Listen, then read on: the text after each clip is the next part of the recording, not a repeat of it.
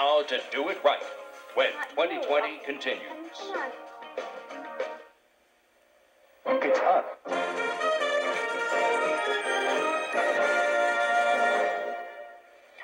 One sad thing about love is how easily it can turn to hate. Her quirks you used to find so funny and endearing now drive you crazy.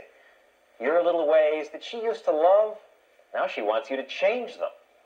People used to stay together through all these problems, but under the new rules of love, people break up or get divorced rather than put up with it.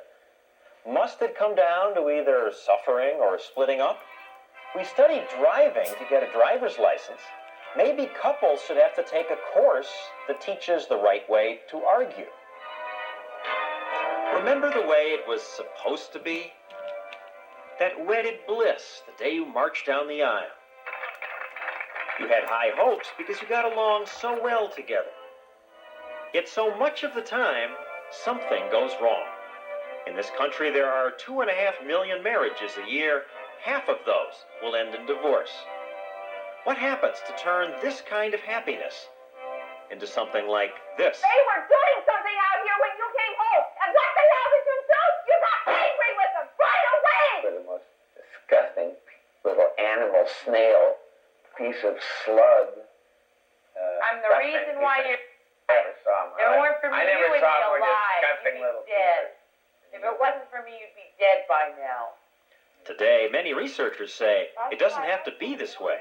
The good news is that learning how to communicate well, learning how to have a successful marriage, learning how to argue constructively is a skill like any other skill. Like learning how to play golf, learning how to play tennis, learning how to ski, learning how to do calculus. It's a skill, and it can't be taught. Dr. Howard Markman heads a psychology team at the University of Denver that for 12 years has been tracking couples in a kind of combat training for marriage. Here, they try to teach people how to fight. These researchers found that the fighting usually revolves around the same 4 issues: sex, money, how to raise the kids, and how to handle the relatives. They say it's not these differences that break people up.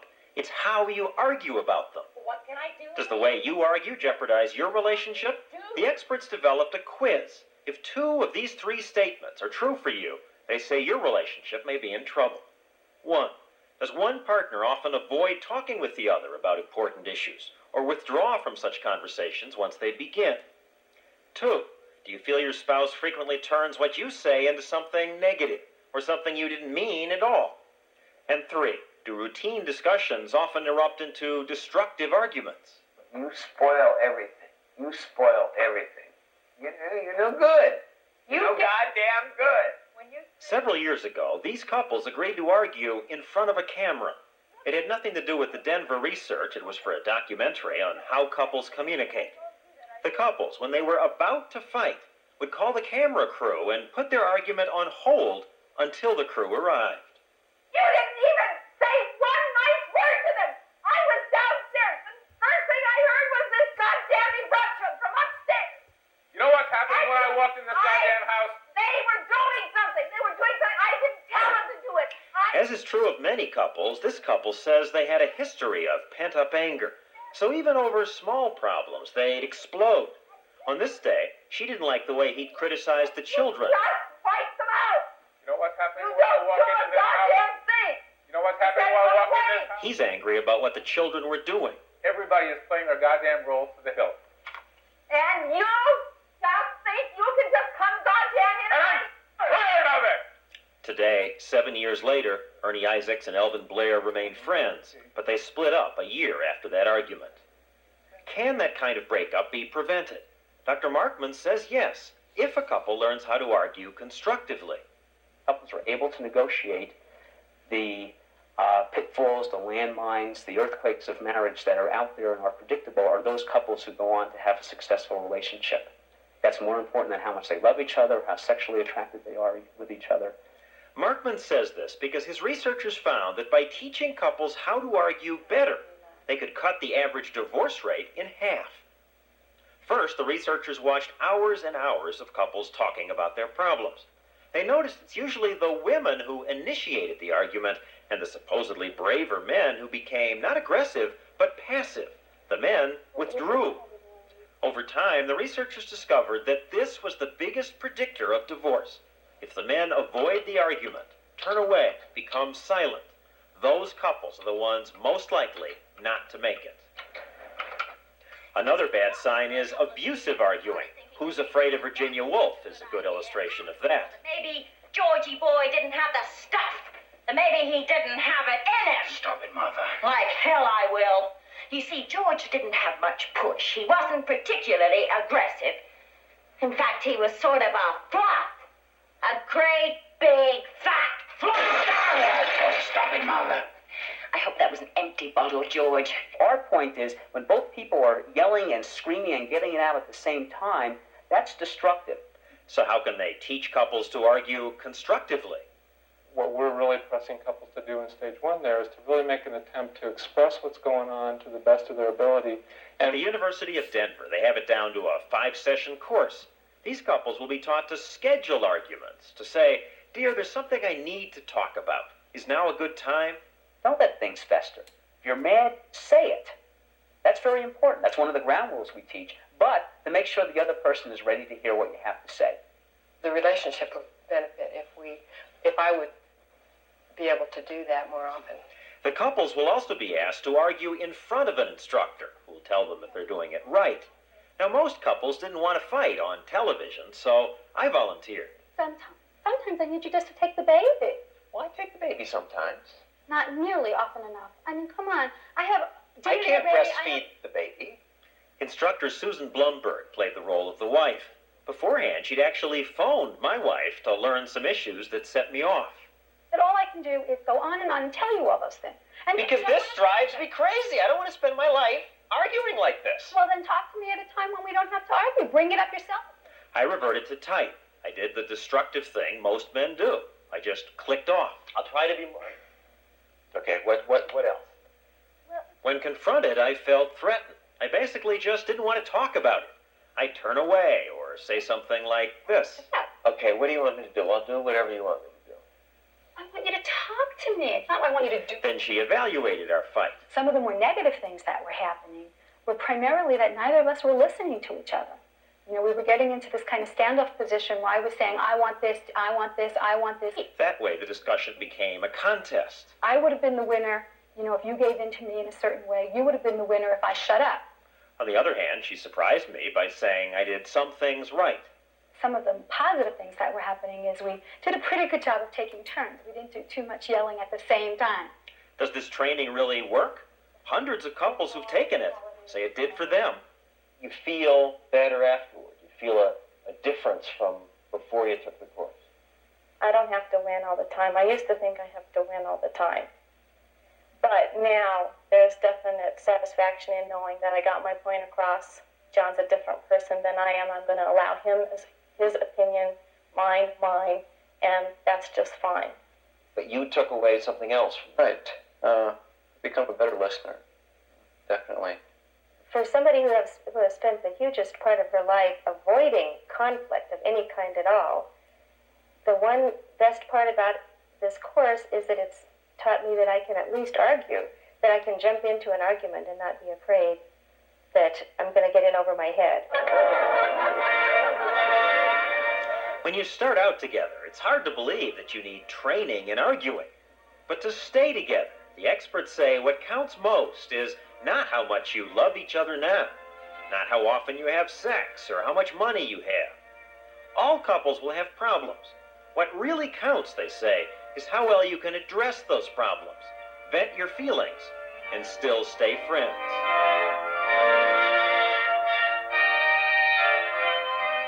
They now teach arguing courses in a number of places around the country, and they're also available on audio tape and videotape. But for those of you who need help right now, here are some of the main points. First, express your anger. Don't hold it in until you're so mad you can't talk constructively. Second, schedule a time to talk, perhaps even once a week. Third, sit face to face, no distractions, no television, no music. If the two of you want to try this, one partner should speak while the other listens. Don't interrupt. Now, that doesn't mean that you patiently wait your turn and then pounce on your partner Before you speak, you're supposed to repeat what your partner says to make sure you both agree the message was understood. Finally, when you do make your point, talk about your feelings. Don't start throwing blame, telling your partner what to do. For example, don't say, "You're such a slob, can't you clean up?" Instead, say, "I feel hurt when you don't clean up," or "I feel frustrated," whatever the emotion is. But get the feelings out first. Work on the solutions later. So, there it is, a little survival training from the experts. And next, do you women feel that we men sometimes respond to you as if we haven't understood a word you said? Well, you're on to something. We haven't. And in a moment, we'll show you why.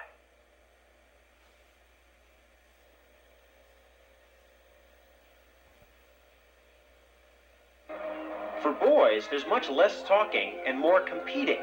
Status is measured by who gives orders.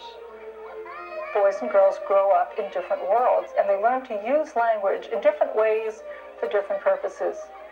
Up until high school, and even a lot through high school, the boys spend most of their time with other boys, the girls spend most of their time with other girls, and they really haven't learned to speak the same language. So the first important negotiation is over sex. Well, yeah, and isn't that a place to start? She's saying no, but it's really a yes, so let me just go ahead anyhow. Regarding our first report, in which some men said no, sometimes didn't mean no. And the young men are right when they say that. In our culture, there was a sense that there were two types of women. There were good women and bad women. Good women were asexual. If a woman was sexual in any way, she was bad. And so perhaps a system did develop where women had a kind of code in order to communicate whether they were available without compromising themselves, seeming like a bad woman. The code allowed women to talk around the subject of sex. But I think we simply have to say that time's past. Women don't use the codes anymore? I think fewer and fewer women do. We just can't operate that way anymore. And why does she think some women, even during a rape, are still reluctant to say no emphatically? Women spend a lot of time and a lot of effort trying not to hurt other people's feelings. And there's an assumption that you don't go on record with something. It's better to hint. But it's nuts to deal with us men that way, because we're very clear about what we want. And it's nuts for men to deal with women their way. Joe, you got to finish vacuuming and dusting upstairs. What about the couple dividing the work? He just doesn't hear her. This is actually grows out of a pattern that you can see in the boys and girls growing up, where for girls, they use language as a way of showing their connection to each other. Are we good friends? How good friends are we? The boys' socialization is very different. Their concern is, are you pushing me around? So when she tells him what to do, she's trying to dominate him. Tennant says that many men, to protect their pride, will simply delay doing the work.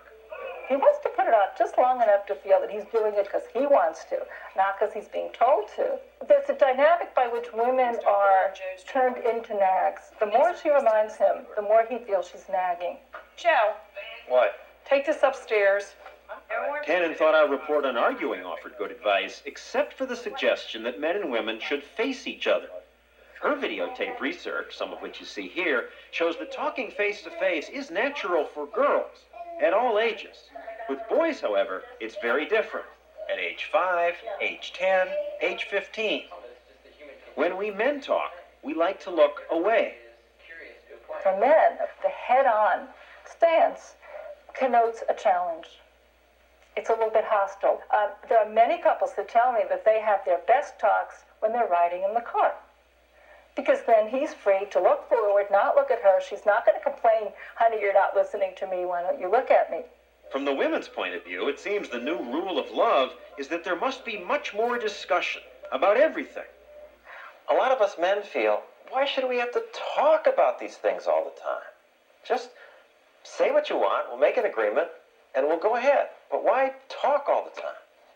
For many women, the talking in itself is evidence of a good relationship. It shows that we're close, that we care about each other, that our relationship is working. If you think of how the girls' groups operate, where talk is something that you use with someone you're close to, it's the glue that holds the relationship together, then you need to talk to hold the relationship together. Seems like a lot of effort. And since so many of us assume that love will just take care of itself, it's odd to have to work at it. But why not? Survey after survey shows that when people are asked, what's the single most important factor for a happy life? The answer given most often is a good relationship. Ahead of a good job, ahead of children, ahead of even of good health. Both men and women list a good relationship as the most crucial thing. Given that, I would think it's worth the work. We'll be right back.